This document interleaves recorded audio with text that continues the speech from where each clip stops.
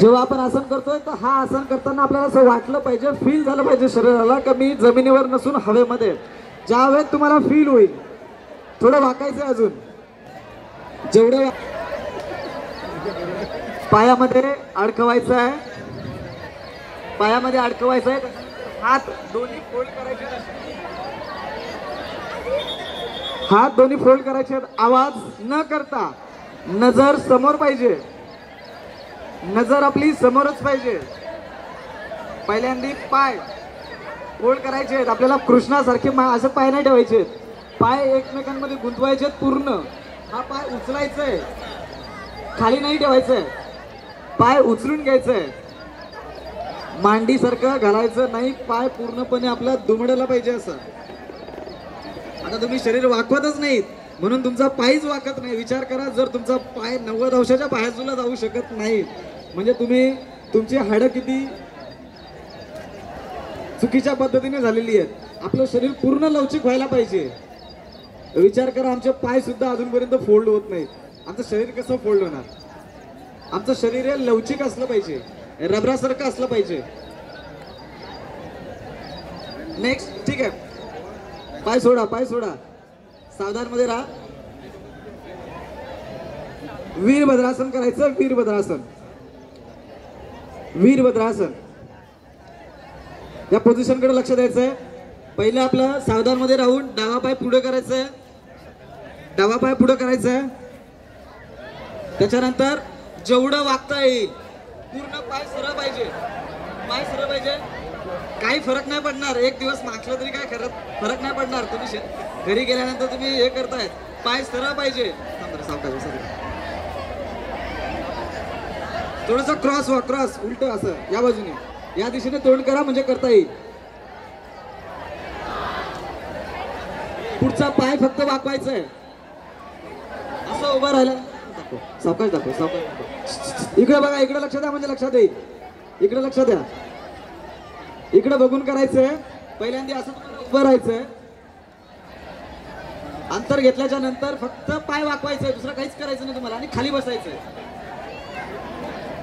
खाली बसल्याच्या नंतर पाय सरळ, डोक्यावर नाही ठेवायचं, पाय सरळ पाहिजे. जेवढं सरळ ठेवता येईल तेवढं सरळ करायचं. हात वर करून मागे वाकायचंय. छातीची बरगडी ताणली गेली पाहिजे, थोडा आवाज आला पाहिजे बरगडीचा.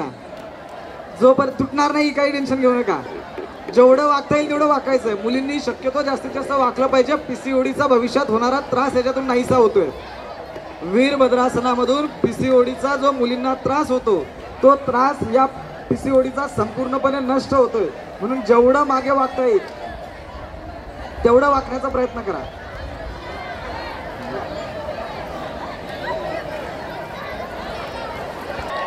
ठीक आहे सर. शीर्षासन कसं केलं जातं, याच्यामधून आपल्या मेंदूची बौद्धिक क्षमता ही वाढते जास्तीत जास्त.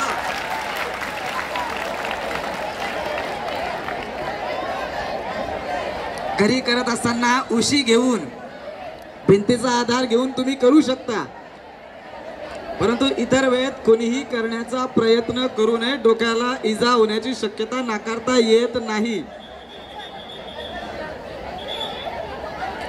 पुढून मागून आधार नसतो द्यायचा, पुढून आधार द्यायचा असतो. हा, पाय धरून ठेव. हे आसन करत असताना सावकाश करायचं.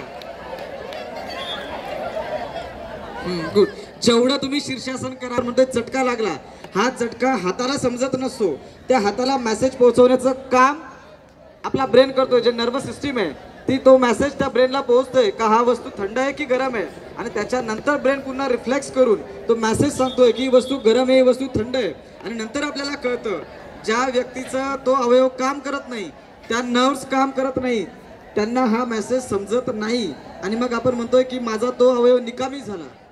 आणि तो जर का स्ट्रॉंग ठेवायचा असेल तर त्याच्यासाठी हा शीर्षासन महत्वाचा आहे. जेवढं तुम्ही घरी जाऊन प्रॅक्टिस जर करायची असेल, उशी घेऊन, भिंतीचा आधार घेऊन हा शीर्षासन करायचा, अन्यथा करू नये.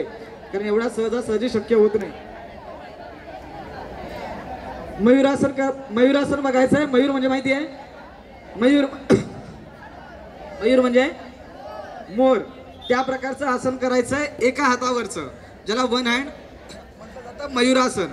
कशा प्रकारे केलं जातं बघा. एका हातावर पूर्ण शरीराचा भार घेऊन, संपूर्ण शरीर समतोल ठेवून एका हातावर शरीराचं भार घेतलं जातं. याच्याने आपले जी कॉन्सन्ट्रेशन पॉवर आहे ही सुद्धा वाढते, आपल्या शरीराची ताकद सुद्धा वाढते. जिमला जाऊन जेवढी ताकद वाढत नाही तेवढी ताकद या मयुरासनातून वाढत असते, कारण एका हातावर संपूर्ण शरीराचा भार या मयुरासनातून येतोय.